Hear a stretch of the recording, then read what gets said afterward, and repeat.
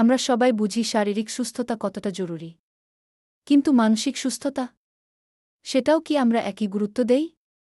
আজকের এই ভিডিওতে আমরা জানব কিভাবে নিজের মানসিক স্বাস্থ্যের যত্ন নিতে পারো এবং কেন এটা এতটা গুরুত্বপূর্ণ। পার্ট ১, অনুভূতির যত্ন। কখনো কি মন খারাপ হলে নিজেকে বলো, কিছু হয়নি? এটা কিন্তু ভুল। নিজের অনুভূতিকে গুরুত্ব দাও। খারাপ লাগলে সেটা স্বীকার করো। বন্ধু বা পরিবারের সাথে শেয়ার করো। দেখবে অনেক হালকা লাগবে। পার্ট ২, সোশ্যাল মিডিয়ার বিরতি। সোশ্যাল মিডিয়ায় অন্যদের ঝকঝকে জীবন দেখে অনেক সময় নিজের জীবনের সাথে তুলনা করি। কিন্তু মনে রেখো, সবাই শুধু ভালো দিকটাই দেখায়। তাই মাঝে মাঝে একদিনের জন্য হলেও ফোনটা দূরে রাখো, নিজের সাথে সময় কাটাও।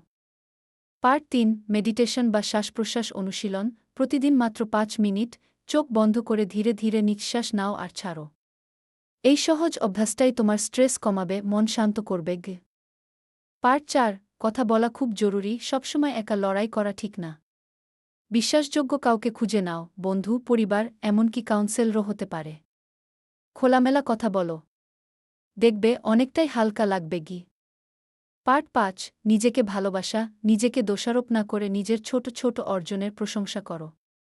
নিজের প্রতি সদয় হও, এটাই মানসিক সুস্থতার মূল চাবিকাঠি। মানসিক স্বাস্থ্য কোনো বিলাসিতা না, এটা প্রয়োজন। তোমার মনের যত্ন নেওয়া তোমার নিজের দায়িত্ব। ভালো থাকো, সচেতন থাকো। ভিডিওটি ভালো লাগলে শেয়ার করতে ভুলো না।